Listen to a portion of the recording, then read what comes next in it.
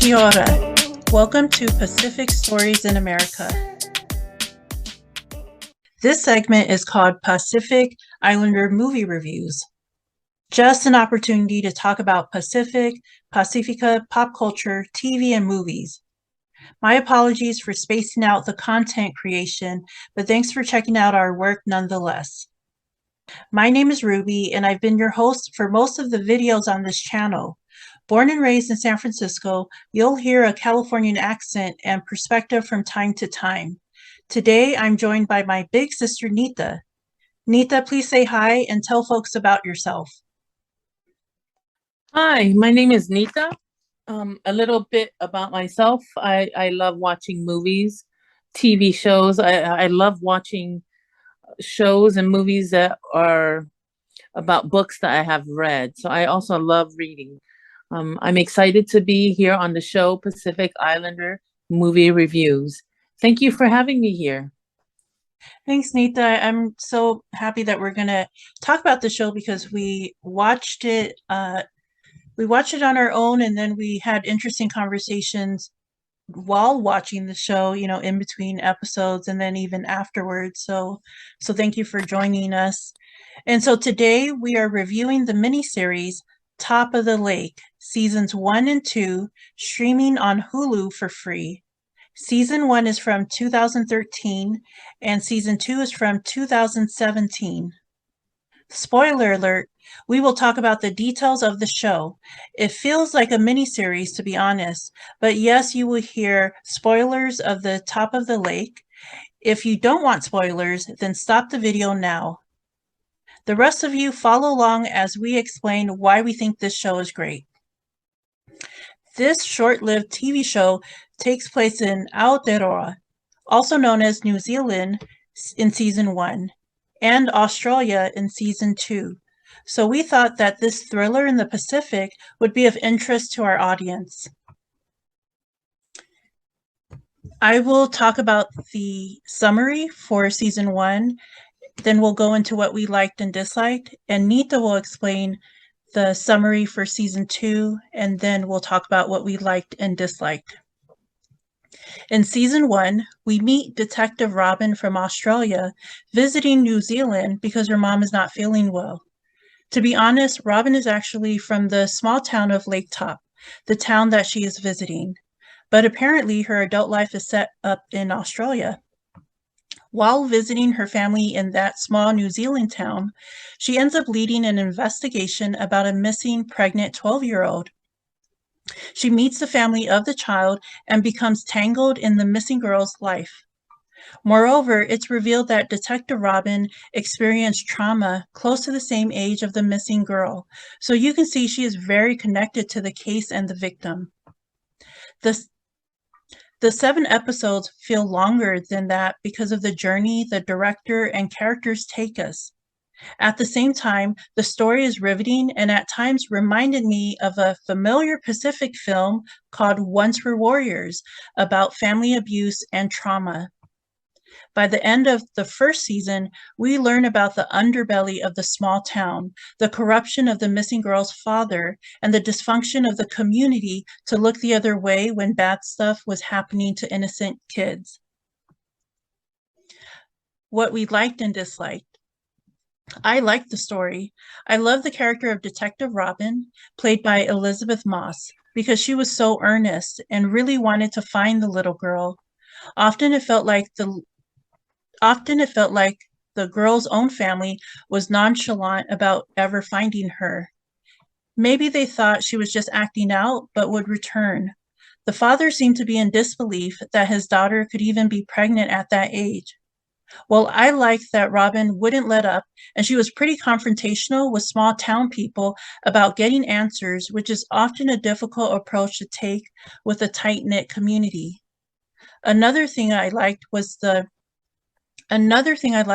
commune that disrupted the missing girl's father and his storefront operation for landscaping.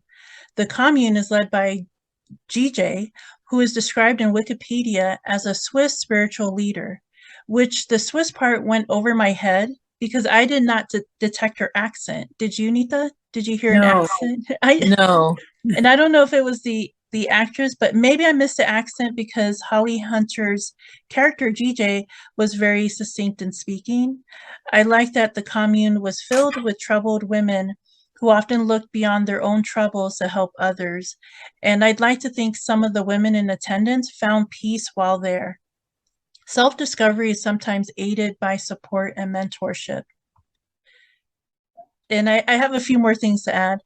There was not much I disliked about the story. I did notice that while season one was filmed in Aotearoa, the main cast and characters were Pakeha, white. There were some Maori characters sprinkled here and there. At first, I thought the missing girl, Tui, may have been Maori, but early on, they reveal her parents are white and Asian. I think the detective even describes her as Eurasian. But this observation will not hinder you from a great story. Season one of Top of the Lake is very character driven, and you end up caring about the characters by episode two. My one complaint is that this is a very slow burn, meaning the story takes a while to unfold, and the director spends a lot of time on landscapes and sometimes dialogue. Some might not consider this a crime thriller because we are more captivated by the relationships and the dysfunction of the families and strangers than we are about the case. The case is more of an entrance into the community. So, Nita, what did you like and dislike? Sorry, I was long winded on my part. Oh no. A lot of the things that you mentioned, I also liked as well. When I first saw the movie, what attracted me to the movie was the um main actress, Elizabeth Moss. I because I watch Handmaid's Tale, and I know that she's the main character and actress there. So that's what drew me to this TV show, Top of the Lake. Yes, well, I'm going to go into what I liked and disliked about this. What I liked was the main character, the main actress, Elizabeth Moss. I know her from, well, I don't personally know her, but I know she's the actress from Handmaid's Tale. And so I know she's a great actress Yeah. from that show. And I was just interested to see what this story was going to be about. Mhm. And so when I first saw, how they usually give you like a little brief summary on what the show is going to be about to Tui. And I thought it was about a Polynesian girl. I thought it was going to be an indigenous girl, but it was about a young girl that was half Caucasian and half Asian. And so it's a slow start, just like you said. Um, the movie starts off slowly. It's normally I'll put on a movie when I'm doing work in the morning, and I can listen to it and still be able to do work. But this one, I had to stop and really pay attention because I had played the first episode like twice, three times, to be honest, and I didn't know what was going on. So Same I here. Same I here. had to put it on and then just stop and be like, oh, okay, that's what's going on. Um, in the first part of the season one, they talk about Tui, who is a young girl. She's not even 16, and then they find out she's pregnant. And then she ends up. Then the story shifts. Now they're trying to find out. What I like was try to find out who's the father of this baby, her baby, Mhm. and then she runs away. And then there's like, so it shifts in at a medium pace, because Yes. so then that way you can still be able to keep up because you're trying to figure out, okay, so she was, I think she was trying to maybe kill herself. It felt like not kill herself, but she was trying to cause damage to herself because she realized she was pregnant. And Mhm. then the police get involved. Now they're trying to find out who's the father of this child. And then when they contact her parents, the parents aren't together. The father is like a rolling stone. He's got babies all over this little portion of New Zealand. They do Mm. spend a lot of time showing, New Zealand's natural beauty, which is great. But at the same time, it's not like everything is completely built. So it's a lot of natural rural areas where she could get, I would think I would get lost and I'd probably die because I wouldn't know how to take care of myself. But, she knows maybe because growing up with her father, who it's kind of sketchy.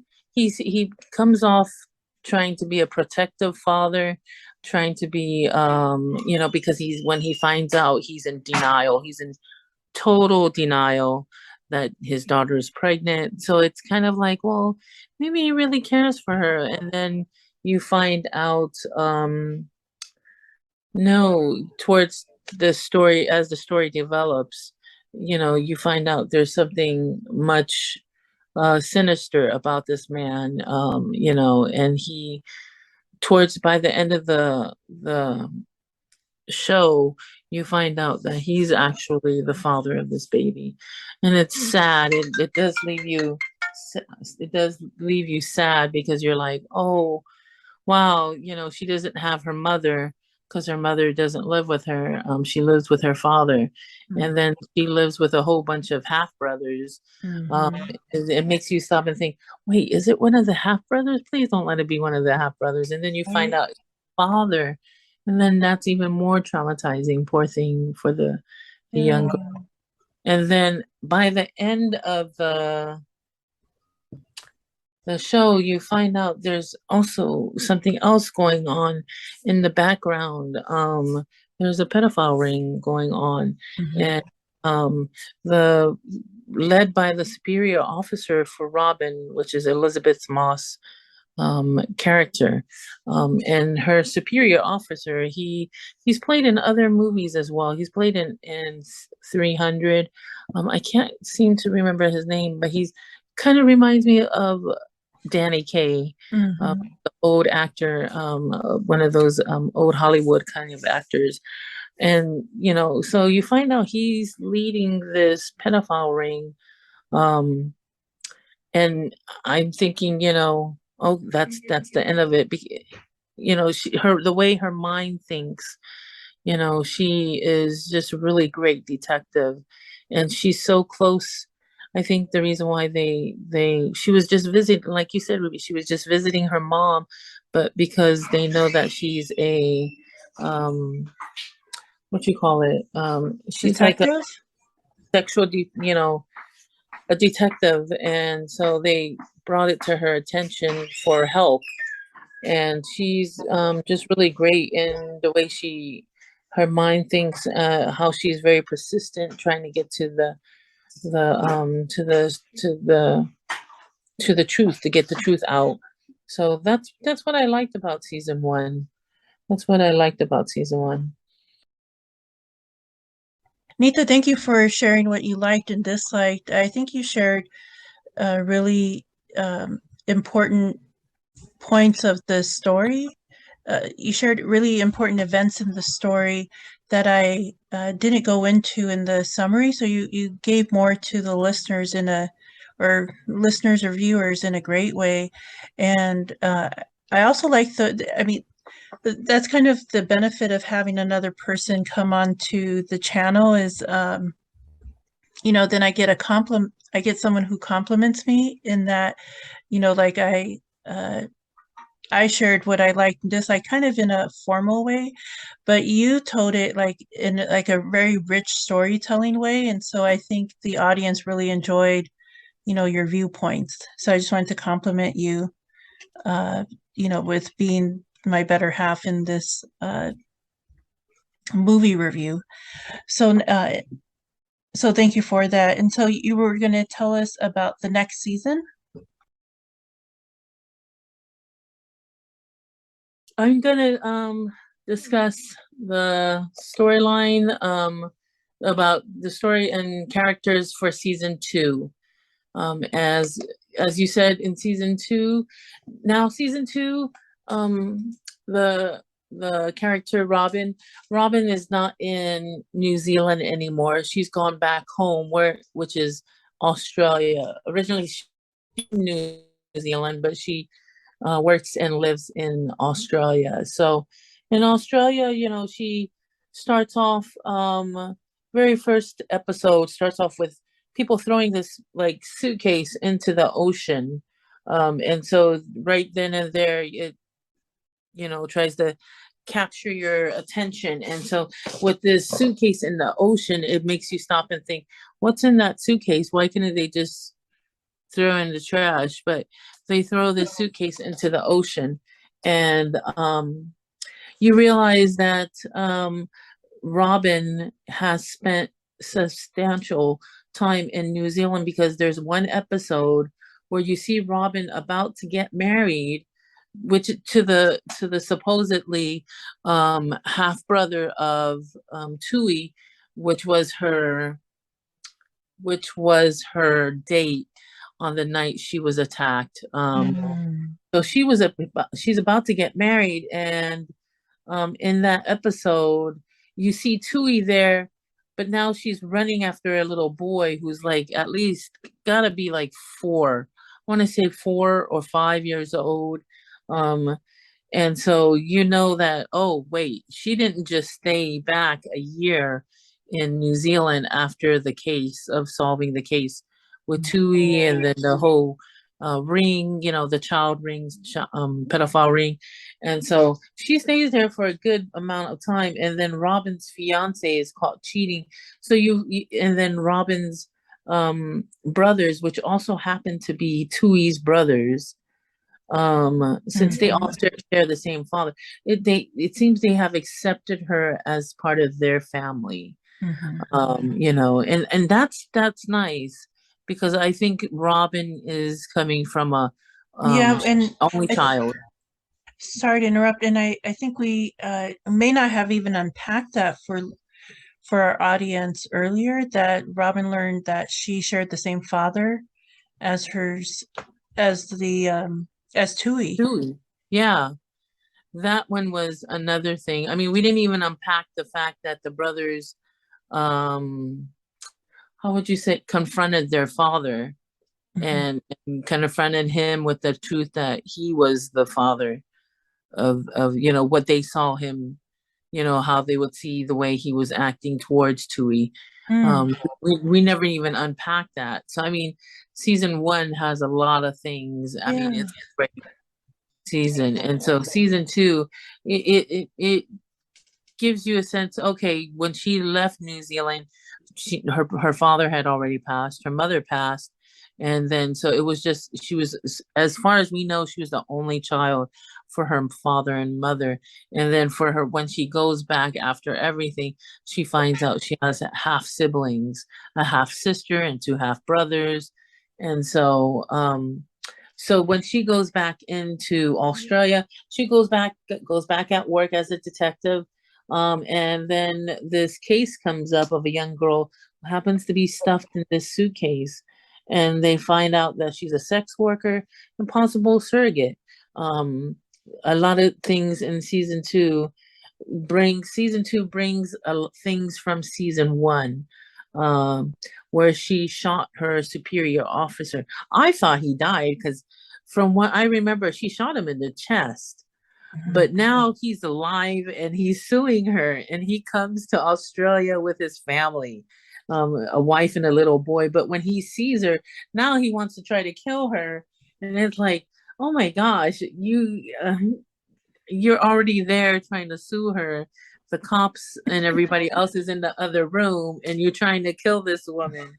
And so it's just a lot of things from season 1. I like that about that. Um, that they kind of try to bring closure in for season 1, so then that way you're not like, well, whatever happened to him, what happened to so and so, did this happen?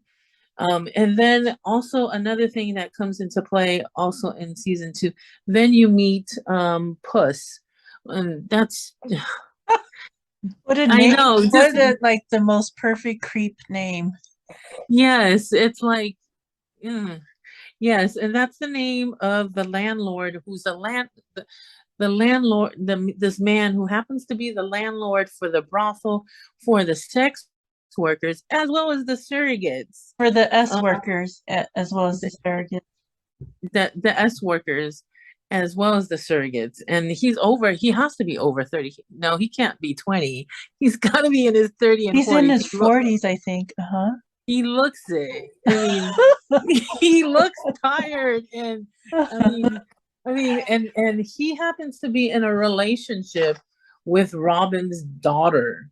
And her name is Mary. And Mary, this is the daughter that she had from her assault, when she was assaulted. And she gave up for adoption. And if you remember in season one, she was very adamant about, I don't want to meet this girl. I don't know why she wants to meet me. If I was her, I would rather die, than find out how I came to be, and things like that. But then in this season, I think maybe having family, knowing she has family, seeing Tui be able to still have a healthy relationship with her son, be able to be a mother to her son. Maybe that made her change her mind about her own relationship with her daughter. That's just speculation.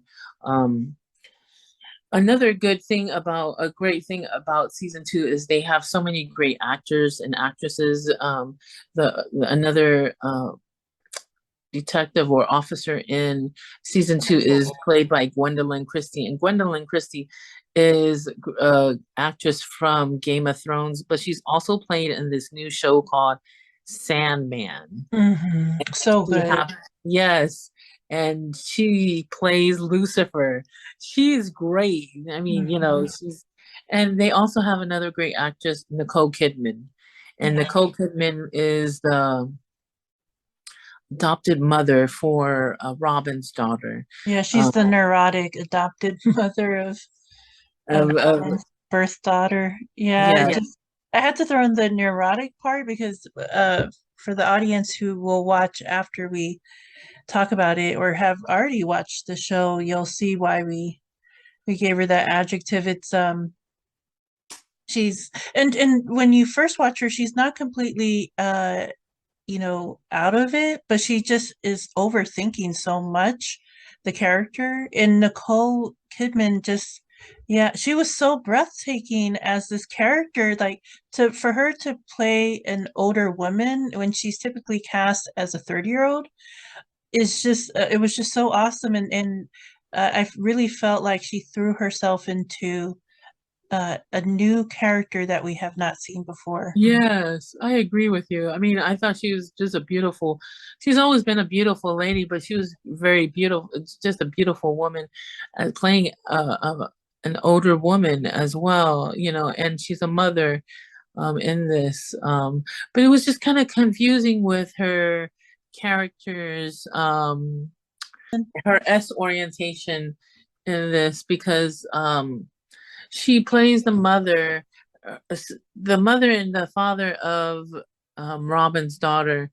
They haven't. I don't believe. I don't know if they're divorced, but she's already moved on, and now she's in a relationship with another woman, and the poor father is left to himself. But then she's kind of like leaving him in limbo because Robin ends up getting into a relationship with the adopted father. And then once Nicole Kidman's character finds out, it's kind of like she's like, well, no, I told him to give me 2 months, I'll be coming back. And it's like, wait, but you're already moved out, you already have another relationship with someone else, and you're leaving this man to kind of wait in limbo for you fair. And then I think it has a lot to do with the jealousy because the daughter starts calling more to Robin, wants to have more relationship with Robin than she does with her own adopted mother. So as I was saying, you find out Robin's trying to build a relationship with her daughter, and then they find out she's in a relationship with Puss. Of all people, that Robin's Of all first people, daughter would end up falling in love with this piece of trash of who, is related to the case that she's investigating. Yeah, it was you just know, awful. it is, because then you find out he is not only, he's so manipulative. And then this young girl is so enamored. She's so in love with him. She's so blindly in love with him. She sees none of his faults. And she makes excuses for it. And to get to the point where um, she's willing to work as a slave Hmm. for him. Hmm. And then Yeah, she becomes a prostitute. Hmm. when the young when the it's like the I don't want to say the no, the mother of the brothel. I don't know what you would call it. Oh, the madam? The madam, yes.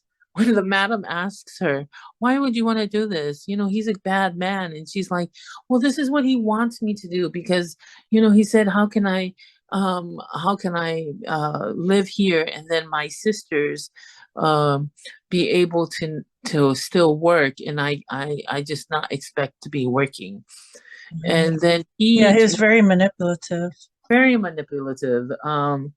If I was the father, I would have beat him up. I would Hmm. I would have called cousins to come and take him somewhere and don't let him come back. I'm just saying. That's so Islander. Get the cousins that I know that can do something and tell them, come and pick this up. Somebody come and pick him up and don't let him come back. Right. Make it look like an accident. Yeah. So, um, but then in the end, they really closed down, and to find out in Australia, it's illegal to have a surrogate. Mm-hmm. I think at this time, I don't know what year it is that they're playing the show, or 2017. It's in 2017. but to find out it's illegal to have a surrogate, maybe because of their status, if they're using illegal citizens or illegal persons as a surrogate. And so Right. Yeah, they're not going through a lawful manner. And then there's a new law in Australia that says, and I don't know if it's in real life, but in the show, there's a new law that the surrogate, if she changes her mind, she can keep the child. So the parents who are paying these women, no matter where they come from, are taking a risk that the surrogate will keep her word and give birth and give the child to the uh, to paying the parent. parent. Yeah, but then, Oh, we find out in how that law can go wrong for in this season where the storyline, it shows you what happens if when it's in this when it's the decision is up to the surrogate whether to give the child to the paying parents or not. It's a very, it's unfortunate. it is. It's very unfortunate because on one hand, I have a as a mother myself, I have a heart going out for the families that are looking to adopt these children. Um, and then at the second token, I also have a heart for the ladies carrying the babies, because I think that would be just the um hardest thing to do, would be to, after you've carried this child in your womb for 9 months, then to turn around and give them up, regardless if you've already Good point. Yeah, because you've because you already got bonded, you you've physically bond. bonded. And so, so you find out that Robin's daughter is in a relationship with this man, Puss, and she's 17. She's 17. He's at the moment she turns 18, she gets pinned out. No, he doesn't have her just, pimped out at the brothel. No, he takes her to the streets. That Mm. was terrible. I was like, and then he leaves her. I mean, I thought that was a wake-up call for her because she ends up calling her mother, her birth mother, like, can I get picked up? And then the very next day, she goes home back with Puss. And it's like, he's so ugly. I mean, I caught myself yelling at the TV. I was like, oh my gosh, she's so ugly.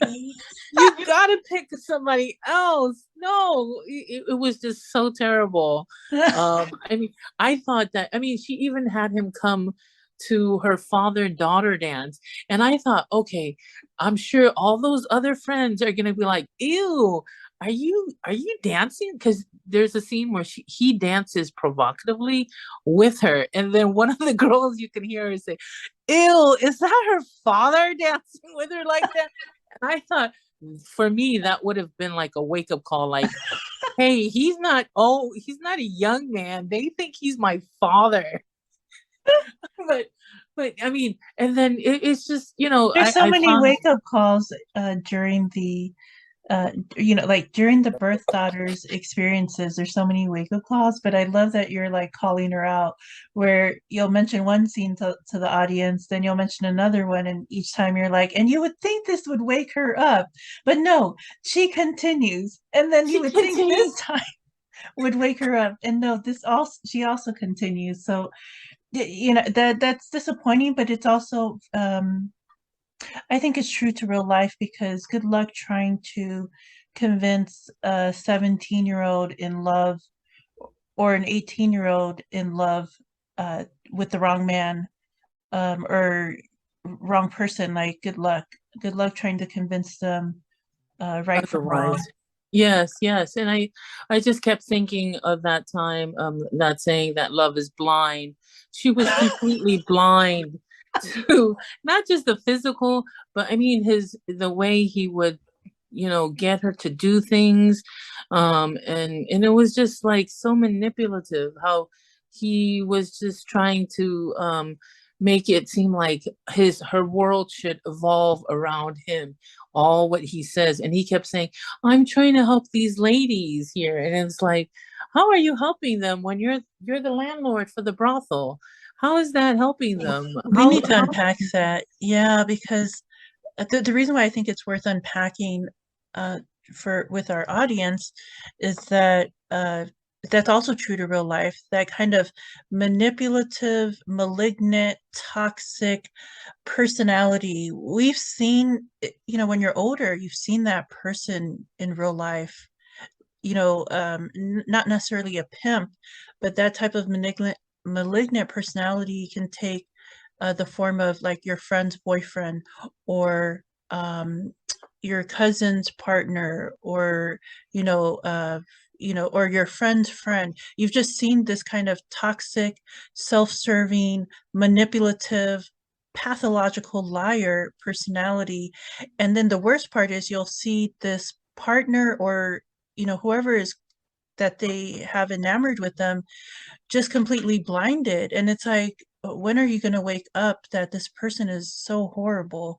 And that's what you're thinking when are watching Puss interact with the world. You're just thinking you are so full of it. And yeah, the writing, they make him over the top, but for me, some of it was not over the top. I've actually seen this person before. And that's the sad part, that, and I think it's I think it's a credit to the show because the writing is so good. There is some parts where it's maybe rushed. So, the scenes may be slow, but the writing might be rushed, and that sometimes the writing seemed kind of clumsy. I'll talk about Mhm. that during my part, but regarding the way they capture personalities from the real world, when you watch the show, audience, you will see people in the show. That's why we brought up Tui's actual ethnicity.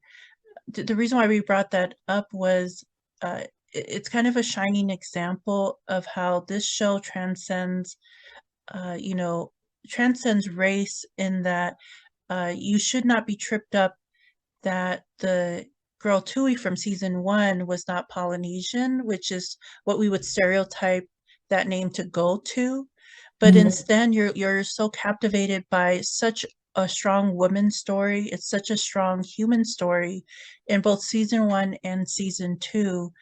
And so yeah, you do transcend who are the people of the land, which that is important. And Nita and I, we've talked about that in other projects, but in this movie review or this series review, we're telling you that the writing is so good. You well, it's really a human story, and I think everyone uh, that can resonate with everyone in that with human stories they have universal themes, and one of the universal themes are like, how do you deal with such a selfish, narcissistic, malignant personality?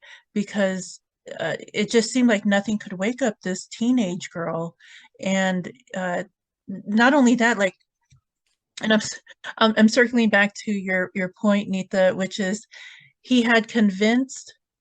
It seemed like he convinced them all, but then by the end of the show, you see he may have convinced only some and not all of the S workers for him.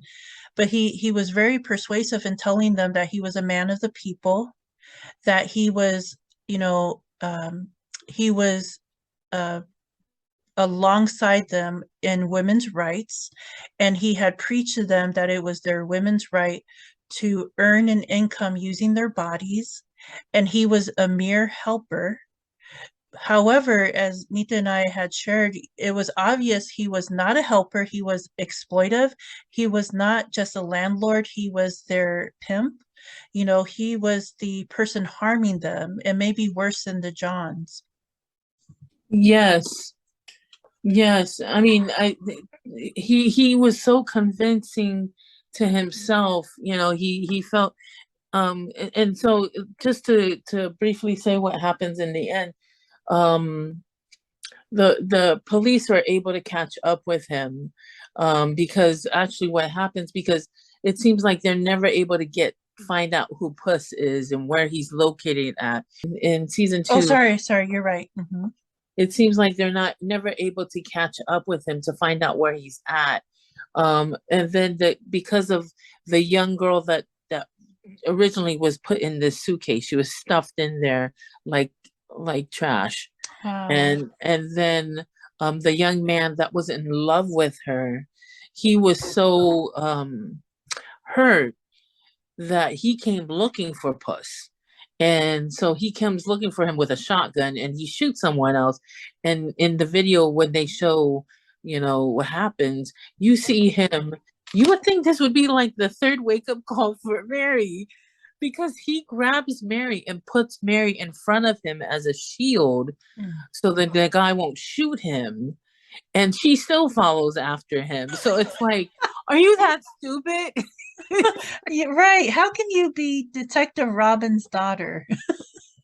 I mean, oh my goodness. Are you really thinking that it's like, oh, it's because he's jealous? Or, I mean, I don't know what was going on in your head. But I would have been like thinking, if I'm seeing down a two-barrel shotgun, I'm going to be like, oh, hell no. You got to take this one.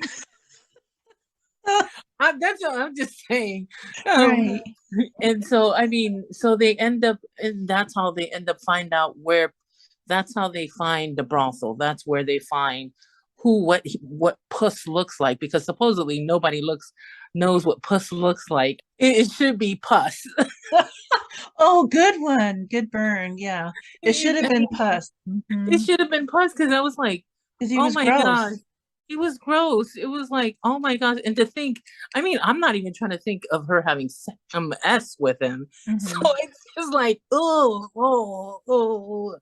I'd rather go and be, I don't know, I'd rather go and take the vow of celibacy Oh, than to think of, if this is the only man you can get. This is the mm, only fish in the sea, and you get this one.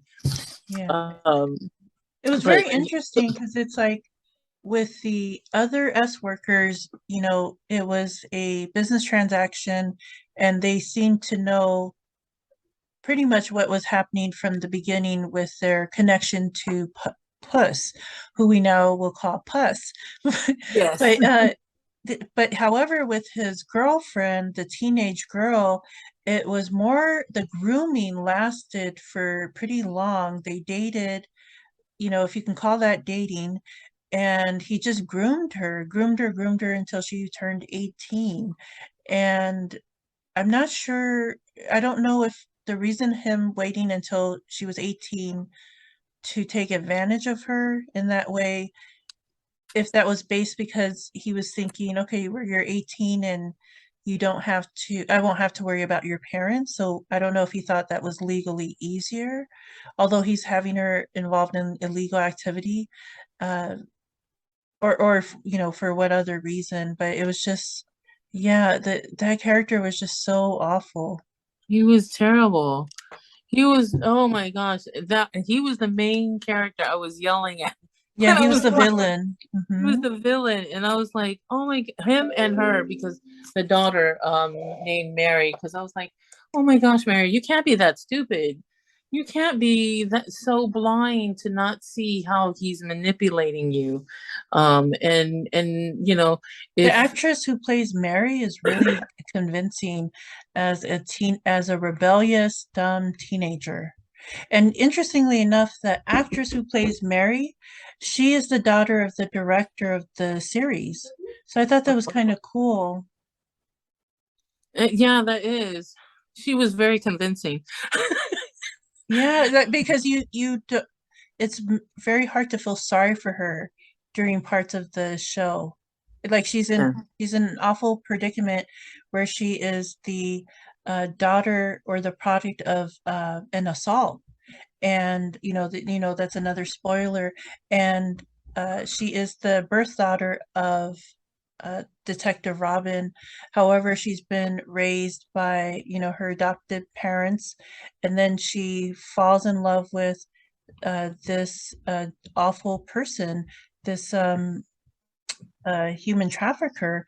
And so, uh, as I tell you this, it sounds very sad, and you would normally have empathy for the character. But then when you watch the show, she's hard to feel sorry for because of her dumb choices. But it's a credit to the actress because she really plays it well. She She plays really plays it well. she She plays an does. annoying teenager so well because I feel annoyed by her and I don't have any teenagers, but I can just feel, but I know what it's like to be at that age and to be irritable, and she plays irritable so well. And she plays um you know she plays irritable so well, and then and rebelliousness so well. Yeah, She just really embodies this annoying lost teenager.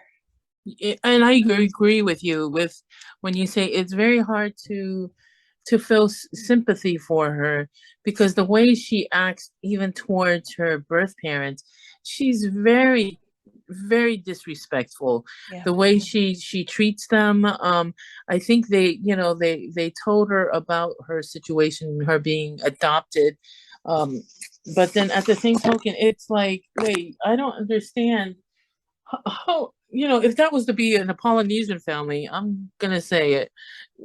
If she, if a child was to come, I know if a child was to, my child was, I'm gonna say, if my child was to come into my house and act the way she acts, like where she comes in and she's disrespectful, telling me off, demanding what she wants, um, I would discipline the child.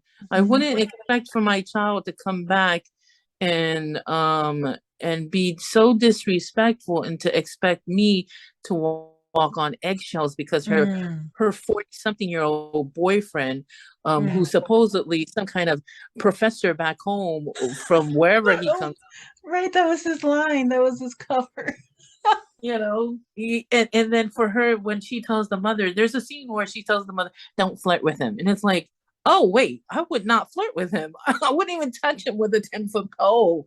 Right. And it's kind of like, but the way she acts, I mean, I think maybe they should have gone into therapy and kind of unpacked that within their own family for her to express um any thoughts she might have had for finding out she's adopted, and then to find out how her mother came to be. And then there's another scene where Puss meets Robin, and then that's Oh, another that was so gross. when he was just telling her how Robin, how beautiful you are and everything, and then he turns around and bites her nose, legit bites the nose.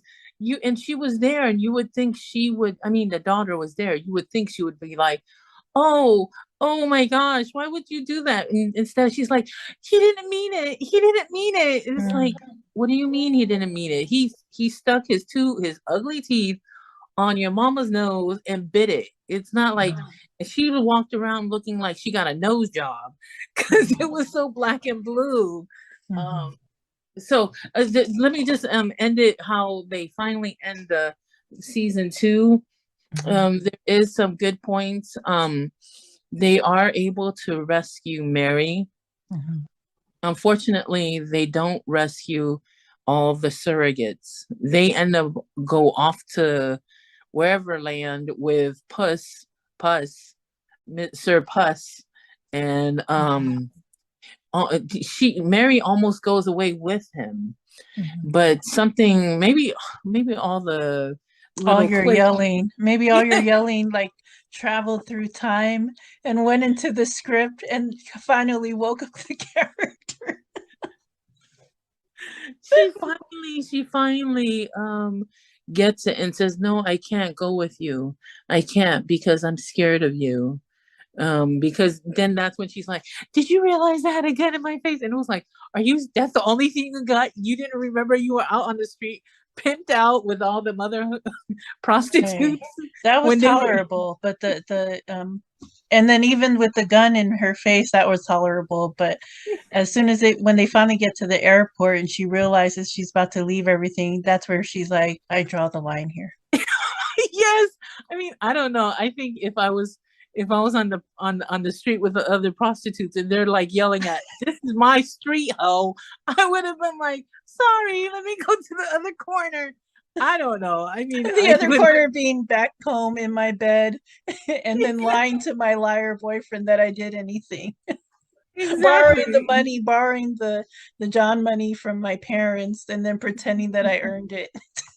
I would have been like, "Oh my gosh." I mean, and I think the way she met him, because when the parents are looking for Mary, and then the parents go to her high school, which is a private high school, and one of the friends say, "This is where we met him at. We met him at a coffee shop." Um, that was close by to their school. Maybe he was just, I don't know, trying to get somebody else. And then she happened to listen and go, "Oh, he's so educated. He's just so smart. Oh my gosh. He's so his way of thinking is so elevated. It's above what our normal other people would think." And not even seeing the BS like, "Wait, if you're a professor, why are you looking like you homeless? Why are you looking like you need a shower?" And wait, I don't want to say homeless because then that's homeless shaming, and Mm, he's making them look bad. Why do you look like you do? So yeah, why do you look like a criminal? exactly. So I mean, that's how they end it. They end it with her being found, and then um they don't, the surrogates take off with Puss, and all the families that are waiting for their babies are in the back crying, because they're not able to, and I think those parents would have been made good parents because they would have given Right. the children, happy, loving homes. Including Gwendolyn Christie's character, the constable, she would have been a a very happy and loving parent, and she lost her child through the surrogate uh, And that yeah, follows him. and she gets shot because they were trying to find the shooter of that tried to shoot Puss. And it's amazing how they found him. They located they got it down to a location that he went down to the beach, and it was like at the beach it was like empty. When they were looking at pictures, it was empty. You just saw this box box. It was like an upside down box of maybe beer, and then it looked like there was a shoe sticking out. And so then, but then when they get to the location, it's jam packed with people just sunbathing. And so then, this person that tried to shoot Puss, he ends up, I guess um, because when after he tries to shoot Puss, then Puss runs off with Mary, and so then I think he's running trying to catch up with them. And so, but then in the storyline, they're saying that the shooter has Mary, and they don't know where Puss is. But I think Mary gets away with Puss, and they take off, and then the shooter's trying to locate where they're at. So when they locate the shooter is like he's like covered up in the sand with a box over his face and his one shoe sticking out. And when that character, Miranda, which is played by Gwendolyn Christie, when she flips the box and she tells him, it's like you look at him and you're like, wait, is he even alive? Because his eyes is closed. But I think he was trying to pretend either maybe he fell asleep, and then he pulls up his shotgun and shoots her. And so then Mm. there's a lot going on in season two. It's a great season. You are definitely going to you might be like me and start yelling at the TV or your TV or your phone, because you're so upset with what's going on, and it's just because of the characters really play the actors really play their part to a T, and then you find yourself cheering them on, booing some of them, yelling at them. So it's a great season. Season two was really great. Thanks, Nita. That was a great summary, and that was a great reaction to the second season of Top of the Lake. Uh, yeah, and I feel like you gave so much.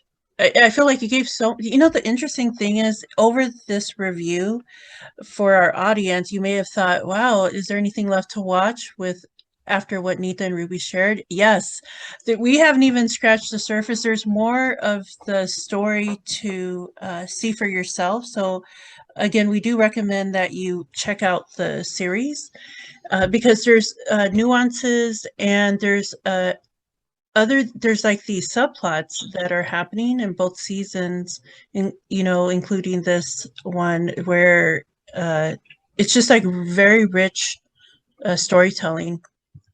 And but yeah, so thank you for sharing so much of the detestable, deplorable characters, and then also the awesome characters. And the actors, it's a great cast. And so as you can tell, I really like the whole show, and I really like this season.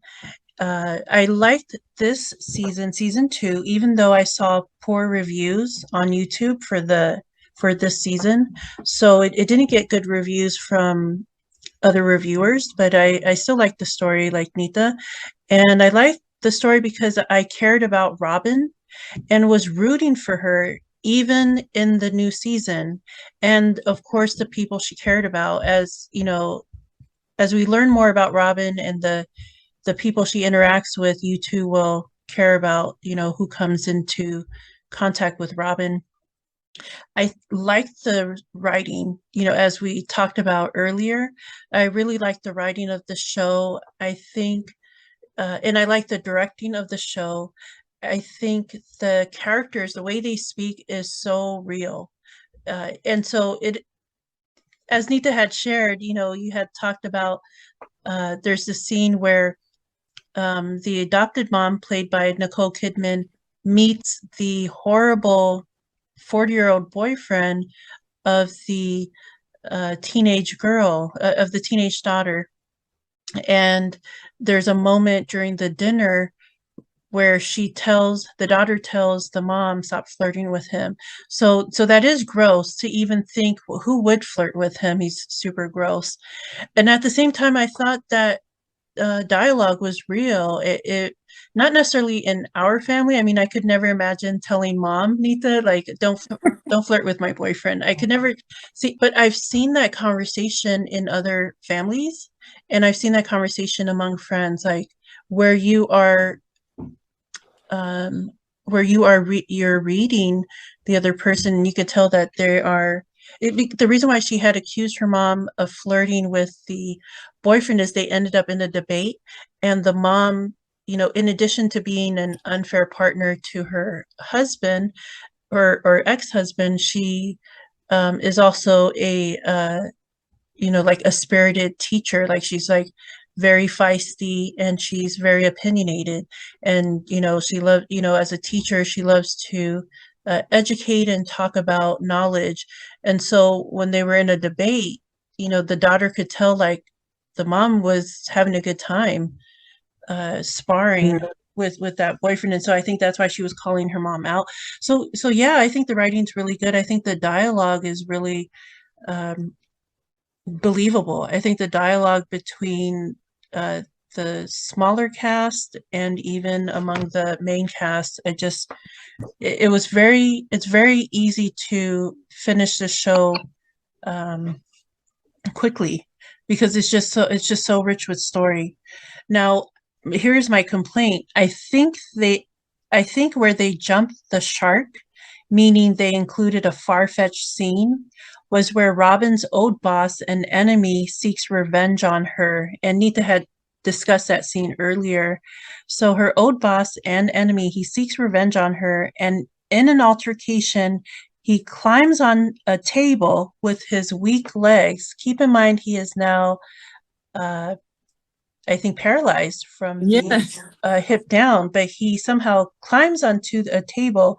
And when he's on the table and she falls to the floor, he whips out his belt and then starts to belt her from above the table.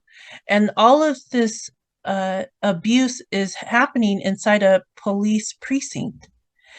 I know revenge and cruelty are not rational or clean, but I think a captain or former boss of a detective would be less messy in exacting retaliation. So that's where I was like, okay, that's where you went too far for me. Like where the teenager falls in love with a horrible older man, and deals with his abuse, I'll allow it. And the parts where just all of the many ridiculous storylines, I'll allow it. But then that's when it went too far for me, where I'm like, okay, he's not able to walk, and they're in a police station.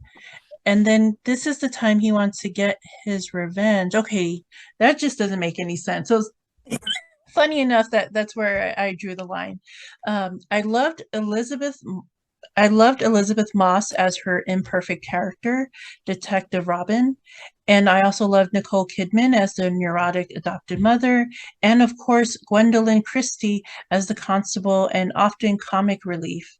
For a while, I thought she was the for a while, I thought Gwendolyn's character was the villain or hiding something, because while she said and did a lot of funny things, she also seemed like she had a lot of secrets.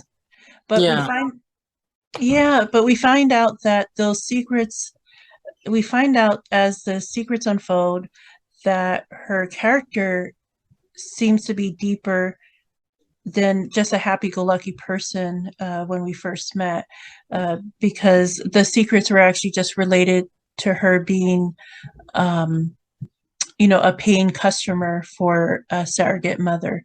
So that was the another spoiler that that's what she sees. So she, is not the villain, but there's moments, there's kind of like in the middle of the season of season two where you start to think, interesting. I wonder why are you having this quiet conversation, and why are you giving this knowing look, and why do you seem kind of less bubbly and more observant?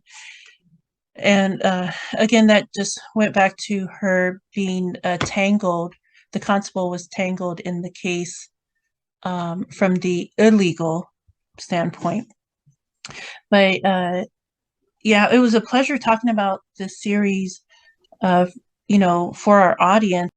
If you're scrolling on Hulu and you're looking for a long story to entertain you, this may be it. It only lasts for 2 seasons, but Robin's journey leaves a lasting impression. Thank you, Nita, for joining us in our movie talk. Did you want to add any other thoughts? No, I just thank you again to Pacific Islander Movie Reviews for having me on here. This was a great movie, a great show to watch. I'm glad that they didn't, if it's based off of a book, it seems like that they were trying to put everything into the show that might have been in the book. So I do appreciate that. I think this is something our viewers would like to watch. And it's not something to watch in front of your children because they do talk about certain things that you might not want to have to talk about. But it is a good show to watch nonetheless. For those of us that are able to watch it by ourselves.